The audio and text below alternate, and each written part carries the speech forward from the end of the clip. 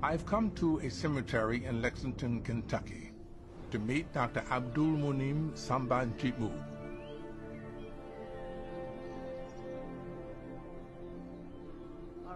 He followed Islam's holiest law in the face of great personal tragedy. I want to tell you myself how grateful we all are that you take the time to spend this time with us. Yes, sir. This is mutual, sir. I understand that you had something tragic to your family. Can you tell me about it? Yes, sir. 3 years ago, of course, our dearest son Salahuddin got murdered. Dr. Jitmood ran an Islamic academy in Lexington.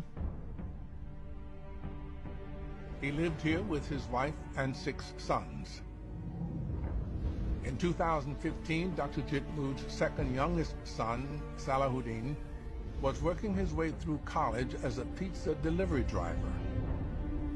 Tell me what you remember happened actually that night. Yes, sir. So I give Salahuddin a call. And he said, Baba, I'm delivering the pizza. Oh, I will call you later then. He said, Inshallah, Baba. That was his last word for me to hear. Inshallah. That means God willing, right? Yes, God willing. Then a few hours later, he had one more delivery to do. Salahuddin was called to an apartment complex on the outskirts of the city. Actually, that order not supposed to be his order. It's another lady supposed to deliver, but she afraid, so Salahuddin volunteered. As he approached the door, he was attacked, robbed, and stabbed to death.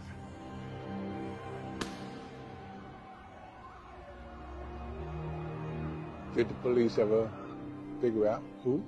Yes. Did you catch him? Trey Alexander Relford, along with 2 accomplices, had devised a plan to rob a pizza delivery driver. Salahuddin became their target. Relford was found guilty for his role in the killing.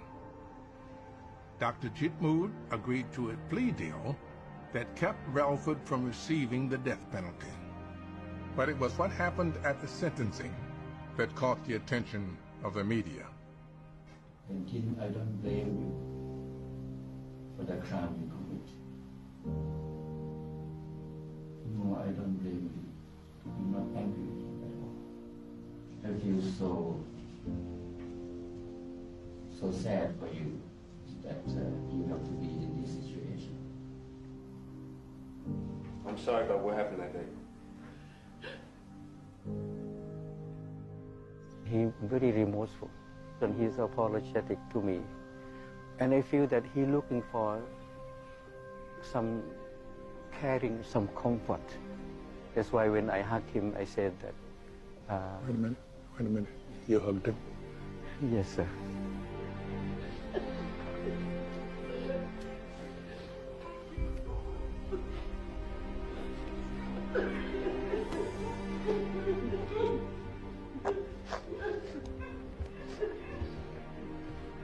We just hug each other like a father and son.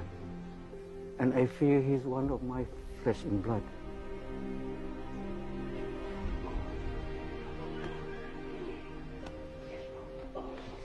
And I told him, oh my son, I have forgiven you.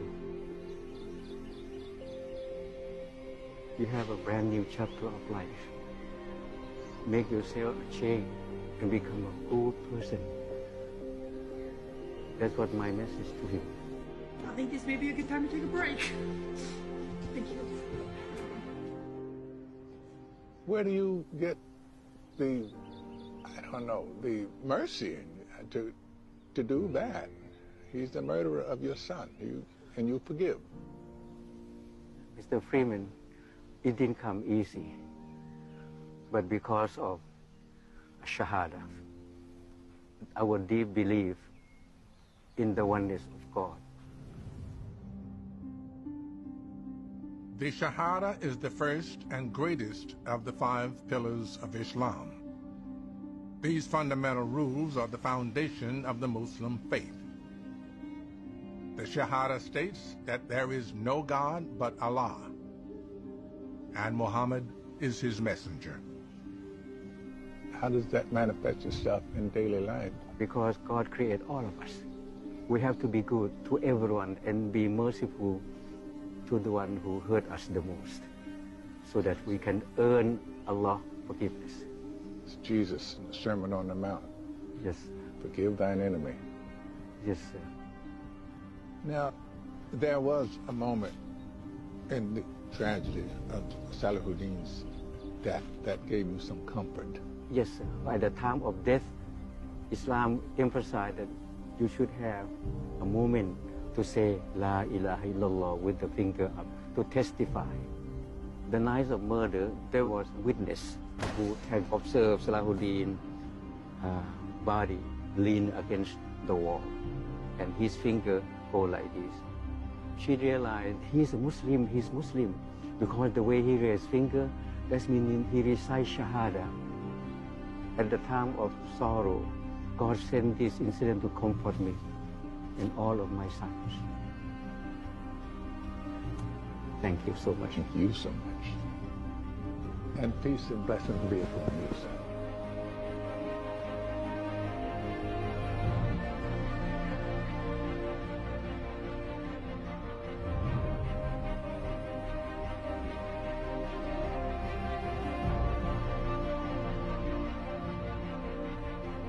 Thank you, sir.